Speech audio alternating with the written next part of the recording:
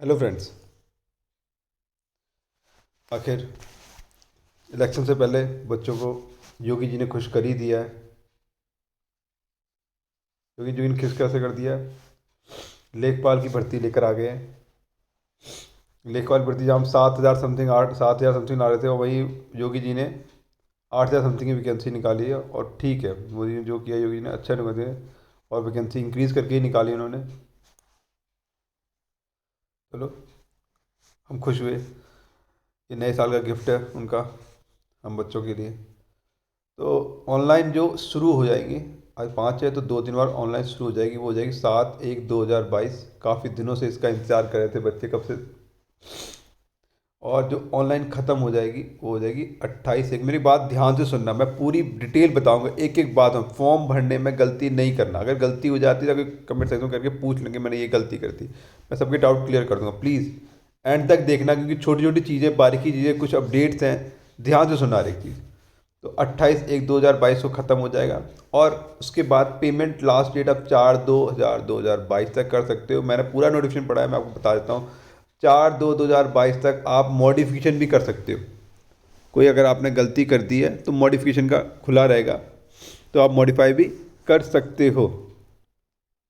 बाकी आप पढ़ लेना, अगर किसी को गलत लगता है तो एक बार प्लीज़ गो थ्रू करना, नोटिफिकेशन को गो थ्रू जरूर करना। फिर भी आप लोग, यहाँ पे साफ लिखा है कि जब तक आप पूरी फीस पेमेंट नहीं करोगे, इसके शुल्क नहीं करोगे 28 एक तक, तब तक फाइनली मारा जाएगा।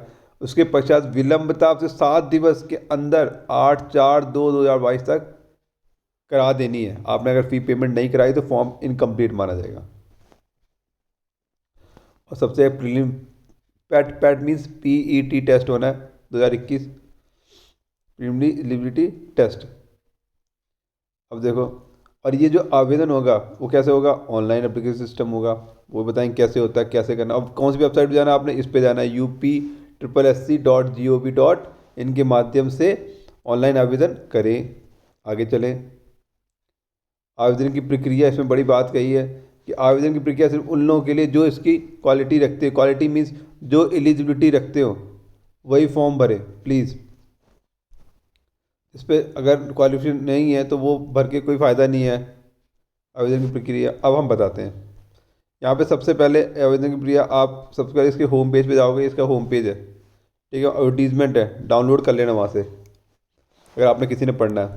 नहीं तो मैं लिंक में डाल देता हूँ, आप पढ़ लेना किसी ने पढ़ना है तो।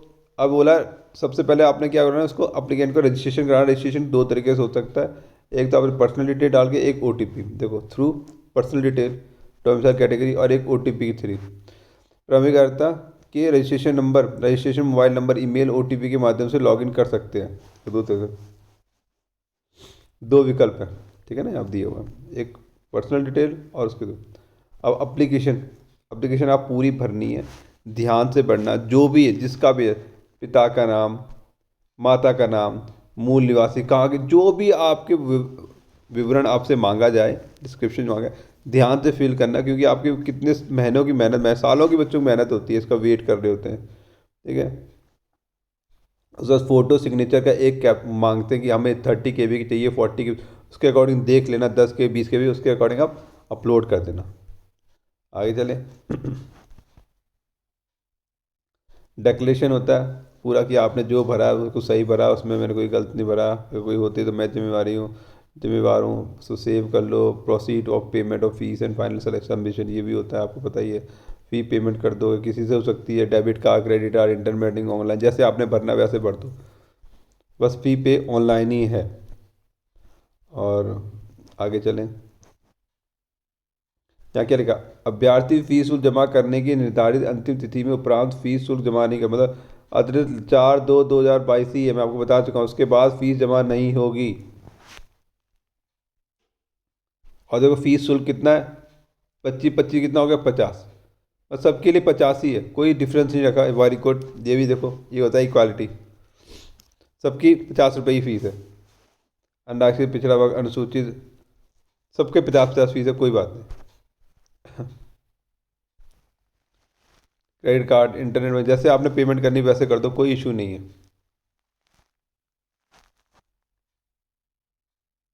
और पेमेंट करने के बाद एक अपना जो फाइनल प्रिंट आउट निकलेगा, प्लीज़ उसे निकाल के रख लेना, वो काम आ जाता है।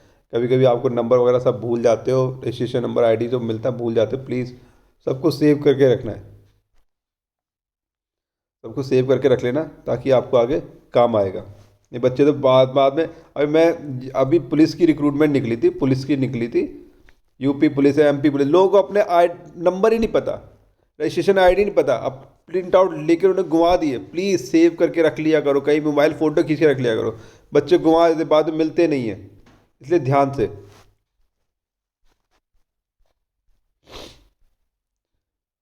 आवेदन में संशोधन कर सकते हैं, और संशोधन किस चीज़ के अंदर कर सकते हैं, अब जाएगा कहाँ से, सबसे पहले आपने एप्लीकेंट सेगमेंट के अंदर जाना है, एप्लीकेंट डैशबोर्ड के अंदर मॉडिफाई एप्लीकेशन आएगा, क्या आएगा, मॉडिफाई में ओटीपी आएगा, जब एडिट को मॉडिफाई करो तो ओटीपी मांगेगा।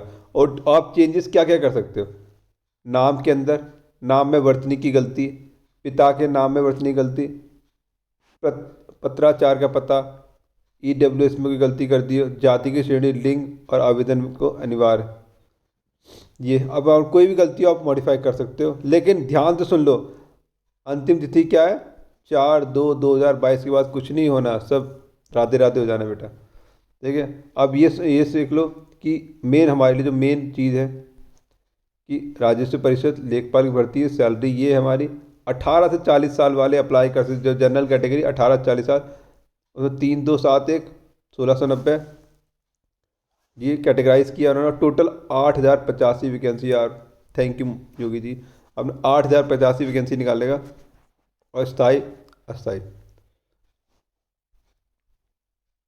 और बाकी अब पढ़ लेना इसमें। शैक्षिक मतलब क्या क्या होनी चाहिए, शैक्षिक क्या होती है, दृष्टिहीनता एवं कम दृष्टिहीनता नहीं होनी चाहिए, ये देख लेना एक बार आप लोग, डिटेल में नीचे दे दूंगा, पढ़ लेना आप। पदों की संख्या दी है उन्होंने, पदों की आगे और कुछ है इसमें हमारे लिए नहीं। हाँ बोलते हैं संख्या बढ़ाई और घटाई जा सकती है, सब कर सकते हैं, कोई बड़ी बात नहीं उनके लिए।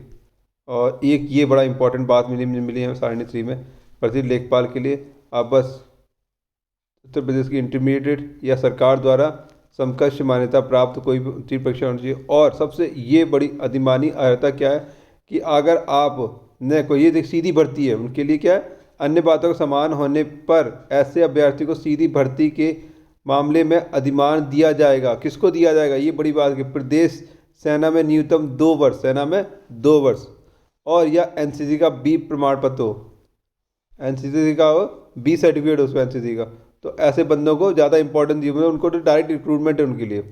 आयु सीमा कितनी होगी, 18 से 40 साल, आपको बता ही चुका हूँ मैं। और जो छूट है, कहाँ गया, छूट है वो किन के लिए हो सकती है, SC ST OBC, कोई अपना पिछला बंदा, मतलब कोई एक्स सर्विस मैन हो, उन लोगों के लिए छूट हो सकती है, वो भी 3 से लेकर 5 साल तक आप देख लेना, ऐसी समथिंग छूट होती है। भूतपूर्व सैनिक के लिए 3 साल छूट दी है,